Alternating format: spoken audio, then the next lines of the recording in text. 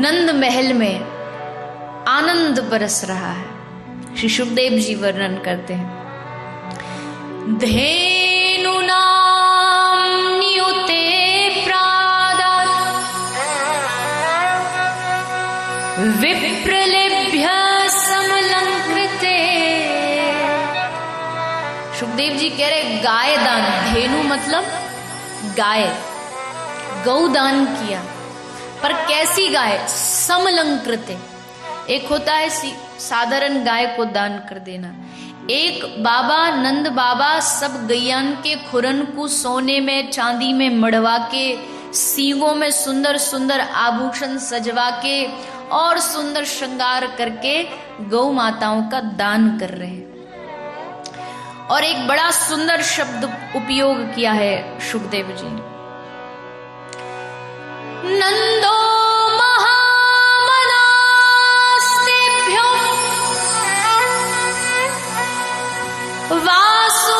वासुलंकार गोधनम सूतमागध बंधीभ्यो यन्यै विद्योपजीविनः।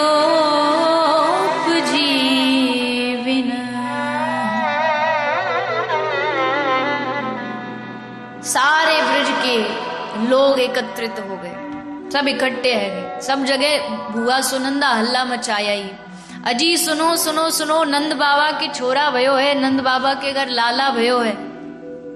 सारे ब्रज में हल्ला मच गयो, सारी ब्रज की गोपी सुंदर सुंदर श्रृंगार करके तैयार होके नंद महल पहुंच गई। अब वहां दो मंडली आई है, एक है नंदगांव वाली मंडली, एक आई है वृषभान जी की मंडली। दोनों में बड़ा प्रेम है, नंद बाबा और वृषभान जी में अनंत प्रेम है। तो लाला भयो है, बड़ी प्रसन्नता भई, वृषभान जी पूरी अपनी मंडली लेके पहुंच गए। सबने कही बाबा आज तो तुम पिता बने हो, तो आज तो थोड़ो अच्छो से श्रृंगार कर दें तुम्हारो। बाबा बोले हाँ बिल्कुल। बाबा गए यमुना जी में जाके स्नान कर रहे, बाबा बोले 108 डुबकी लगाएंगे हम। तो डुबकी लगा रहे, 1 डुबकी, 2 डुबकी, 3। अब डुबकी यहाँ पर मन जो है वो लाला में ही है कि कब दर्शन होगा, तो भूल गए और अब बोलते जा रहे हैं लाला 1, लाला 2, लाला 3, लाला को नाम ले लेके वहां डुबकी लगा रहे हैं। नहा लिए धो लिए, अब सुंदर सी बाबा की दाढ़ी है, और कैसी दाढ़ी है? ब्रज रस में कहते हैं चमत्कार सा हो गया लोगों, हो गई बात निराली, और रात ही रात में नंद बाबा की दाढ़ी हो गई काली। इसका मतलब यह है कि बाबा एक ही रात में एकदम इतनी उत्साह आया कि एकदम जवान बन गए। जवान को ब्रज भाषा में कहते जवान, बोले जवान बन गए और अपनी दाढ़ी में इत्र लगाया, नहाए धोए, और ग्वाल बालाओं को बोले चोरे लालाओ कैसे लग रहे हैं? ग्वारिया बोले बाबा एकदम 15 साल को जवान छोरा लग रहे हो। इतनो सुंदर बाबा ने लगायो माथे पे चंदन और तैयार होके पहुंच गए नंद महल। तभी ग्वाल भागे भागे आए, नंद बाबा का हाथ पकड़ लिया और बाबा को जोर जोर से नृत्य नचाने लगे। नंद जुग्वालन आ पकड़े, दहे लोगन नाचन को बिबसाए, मोद भरे 10 फेंट चले, तब नंद बाबा सबके मन भाए। नाचत देख के नंद बाबा सब नाचत नाच उमंगन छाए, काहुन लादधी नंद के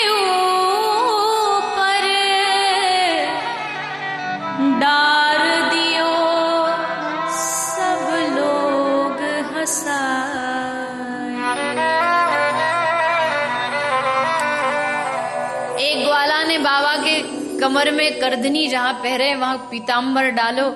आधे बरसाने वाले इतकू लग गए, आधे नंदगांव वाले इतकू लग गए, और बाबा की कमर पकड़ पकड़ के बाबा को नचा रहे हैं। तभी एक ग्वाला आयो, वाने मटकी भरी दही की और सीधा डारी बाबा के ऊपर। आज तक पानी से नहाए, जल से नहाए, आज पूरा ब्रज दूध दही माखन मिश्री से नहा रहा। अब आज जैसा सिस्टम थोड़ी था कि आज के लोगों को पूछे ना कि बटर मक्खन कहां से आता, तो कहेंगे फ्रिज से आता। अब उनको ये नहीं पता कि गाय कैसी, दूध कैसा। पहले के समय में दूध दही की भारतवर्ष में नदियां बहती थी। श्री जीव गोस्वामी जी ने जो भागवत की टीका की है उसमें लिखा है कि यमुना जी जो काली थी वो यमुना जी दूध में बहने के कारण एकदम सफेद हो गई। इतना दूध दही माखन सब पंचामृत का स्नान कराया गया ब्रज के लोगों को। सब आ रहे हैं दौड़े दौड़े, भागे भागे, गोपियां आ रही हैं। एक कोई बूढ़ी अम्मा पहुंच गई, बहुत वृद्ध थी, उसको पता नहीं यहाँ हो क्या रहा है, बस हल्ला सुन के पहुंच गई। तो सबको जाके कह रही है, अरे भैया कहा भयो काय को इतनो हल्ला मचा रहे हो। जैसे वाने मोड़ो खोलो, एक ग्वाला ने माखन को लौंदा बनाया और सीधो अम्मा के दांत थे नहीं, कोई ब्रेकर था नहीं, तो सीधा अब जैसे पेट में गयो तो अम्मा ने भी दोनों हाथ उठाए और जोर जोर से गाती भई नाचवे लगी, नंद के आनंद भयो।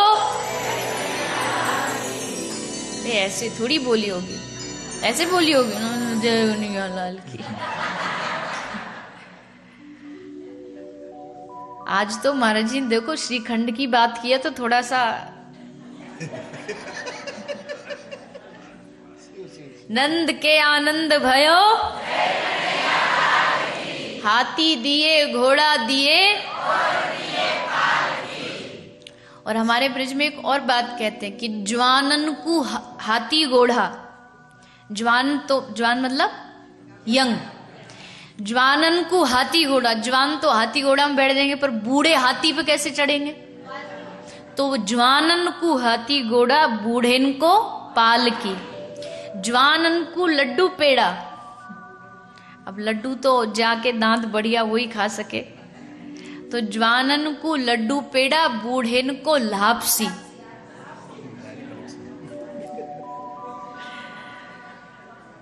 तो ब्रज में खूब आनंद है रहे हुए, चकाचक सब लोग खूब आनंद ले रहे हैं। एक गोपी आई, आके यशोदा मैया ते बोली, अरे मैया तेने कही जब लाला होएगो तो तोको बधाई दूंगी, बताओ क्या दोगी? मैया ने सोची कहा दूं या को। आसपास थोड़ी नजर घुमाई तो मैया ने देखी एक बड़ी सुंदर चांदी की थाली रखी। मैया ने वो थाली उठाई और गोपी के हाथ में पकड़ाई, बोली जा गोपी ले जा। गोपी ने वो माथे पे थाली रखी और नाचती नाचती गाती गाती क्या कह रही है? नंद के आनंद भयो। अब मटकती मटकती जा रही थी कि रास्ते में एक दूसरी गोपी मिल गई। वाने वाते पूछी, गोपी कहाँ ते आ रही है? बोले नंद महल ते आ रही हूं। कहाँ लेके आई? बोले चांदी की थाली लेके आई। दूसरी बोली बस चांदी की थाली में ही लुट गई। देख मैया ने हमको सोने को हार दियो है। बोली अच्छा तो कुछ सोने को हार और हमको बस चांदी की थाली, ये तो बड़ो भेदभाव है।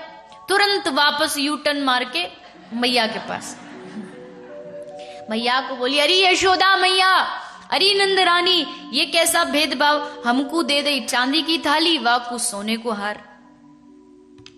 मैया बोली अरे गोपी हमने कोई सोच समझ के थोड़ी दई, वाके वो जब आई तो सामने सोने को हार पड़ो तो वो दे दियो, तू आई तो चांदी की थाली दे दी, तू बोल देती सोने को हार चाहिए, चल अब दे देती हूँ। मैया ने सोने को हार उठा के या के गले में डाल दियो। ये गले में सोने को हार पहरी और नाचती नाचती कहती जा रही है, ऐसे थोड़ी, अरे जब मैच होता है ना तो उस जो अब नाम क्या बोलते हैं उसको पता नहीं, पर जो भी प्लेयर होता है कैच के लिए उसे हमेशा एकदम तैयार रहना पड़ता है। तो आपको भी तैयार रहना चाहिए, कभी भी आ सकता है। तो नाचती नाचती क्या बोल रही है?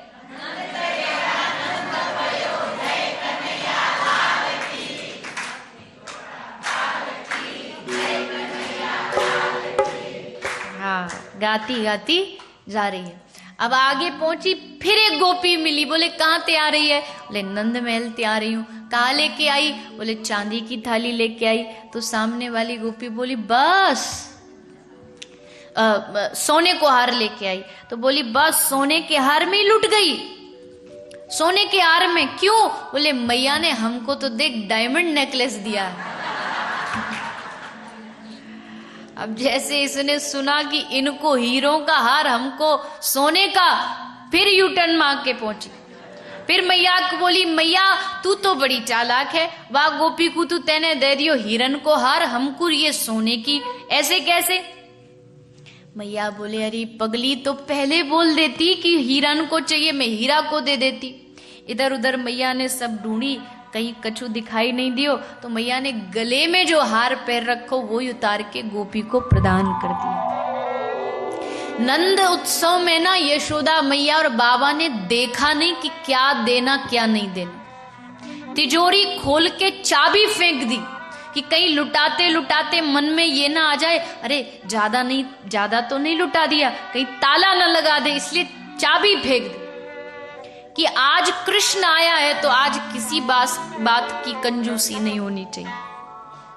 हीरा का हार उतारा, गोपी गले में डाला, गोपी ने हार पहना और चल पड़ी और गाती बही जा रही है।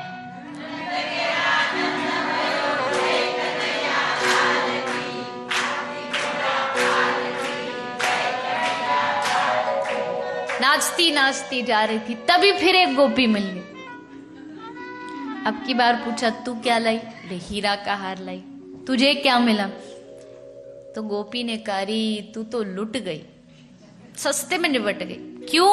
बोले जो तू हीरा का हार पहन के आई है ना, ये हीरा का हार तो यशोदा मैया हमको भी दे रही थी पर हमने नहीं लिया।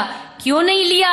क्योंकि अरे पगली ये हीरा तो नकली है, असली हीरा तो कुछ और है। उसने कहा कौन है? कहा असली हीरा तो यशोदा मैया की गोदी में सो रहा है, वो असली हीरा है।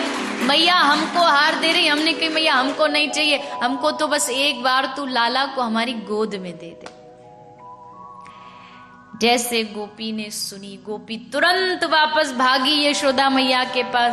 अरे ओ मैया, अरे मैया सुन सुन सुन, देख हमको कछु नहीं चाहिए, न सोना न चांदी न हीरा, हमको तो एक बार अपने लाला को हमारी गोद में दे दे। यशोदा मैया कहती अरे पगली, या में पूछवे वाली बात नहीं है, तेरो लाला है, जो मन करे गोद में खिला, घर ले जा जो मन करे कर। जैसे सुनी गोपी ने आनंदित हो गई, ठाकुर को गोद में लिया, देखती जा रही है। ठाकुर इनको देख रहे हैं और ये ठाकुर को देख रही है। देखते देखते आंखें भीग गई, आंखों से अश्रुधार बह पड़ी, आंखों की धारा ठाकुर के चरणों पर जाके गिरी। मानो दुनिया भगवान का जल से अभिषेक करती है, कोई पंचामृत से अभिषेक करता है, पर गोपी ने आज अपनी आंखों के अश्रुओं से ठाकुर जी का अभिषेक किया। और भैया हो भी क्यों ना, जन्म जन्मांतरों से बिछड़ा जीव अगर ठाकुर से मिल जाए तो इस मिलन से अच्छा और क्या हो सकता है। कितने जन्मों से भाग भाग कूद कूद के, न जाने कितने जन्म ले ले करके कब मौका मिलता है कि अपने ठाकुर को अपनी गोद में लेकर के उनको निहारो, उनसे प्रेम करो। आप कहोगे भैया हम द्वापर में होते तो हमको भी ये अवसर मिल जाता, अब तो कलयुग है। अरे क्या कलयुग में भगवान बालक नहीं बन सकते? कितने भक्तों ने ठाकुर को अपना बालक बनाया, किसी ने माता पिता बनाया, किसी ने भाई बनाया, किसी ने कुछ बना, जो जिस भाव से पुकारता है। ठाकुर जी इतने भोले हैं, जिस भाव से बुलाए। अयोध्या में एक बाबा जी रहा करते थे, आज भी मंदिर है वहां राम जी का। वो बाबा जी कहते थे कि मैं कृष्ण का गुरु हूं। वो राम का गुरु, राम जी को अपना चेला मानते थे और मंदिर के बाद डंडी लेके बैठे रहते थे। मास्टर होता ना डंडी से पढ़ाता है, तो डंडी लेके बैठे रहते थे कि ये मेरा शिष्य है, ये राम मेरा चेला है। कोई कहता है कृष्णम वंदे जगत गुरु, कोई कहता हम उसके शिष्य हैं, कोई बेटा बनाता है। सकुबाई के लिए ठाकुर जी उसकी बहू बन गए, सास बन गए, कितने कितने भगवान ने संबंध बनाए। तो आज गोपी ठाकुर को देखती है, हृदय से एकदम गदगद हो गई, हृदय एकदम द्रवीभूत हो गया और ठाकुर जी गोपी को देख करके मुस्कुरा दिए। और उनकी मुस्कुराहट को देख करके कौन इस दुनिया में ऐसा है जो हमारे बिहारी जी की मुस्कुराहट से घायल ना होता हो? कौन बच पाया है उनके रूप से, उनके स्वरूप से?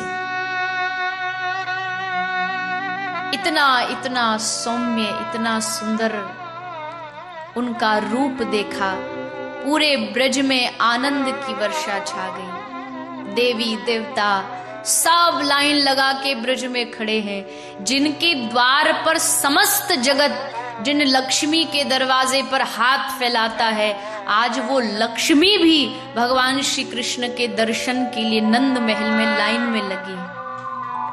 एक बार ठाकुर का दर्शन हो जाए। शेष सैया पर सोया तो रोज देखते हैं, अब देखो मैया के पलने में सोया कैसा लग रहा है, कैसा रूप। गोपाल मारो हारनिया झूले रे, झुलावे गोकुलनी गोपी रे। ब्रज की गोपी ठाकुर जी को पल्ले में झुलाती है। कोई गोपी आती है ठाकुर जी को चुम्बन कर लेती है।